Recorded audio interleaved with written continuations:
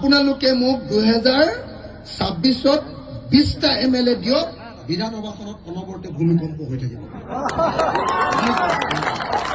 বুজানে নাই? হয়নে নহয়?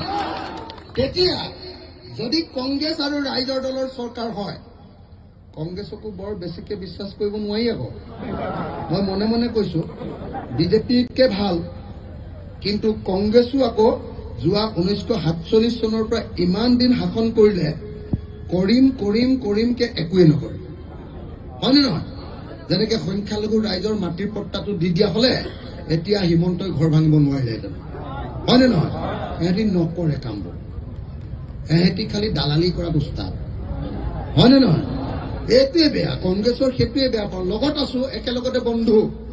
মই এইবাৰ গৌৰৱ গগৈক জিকালো, ৰকিবুল হুছেইনক জিকালো, প্ৰদ্যুৎ বৰদলৈক জিকালো, কিন্তু এবাৰৰ কাৰণেও তেওঁলোকে ৰাজহুৱা মঞ্চ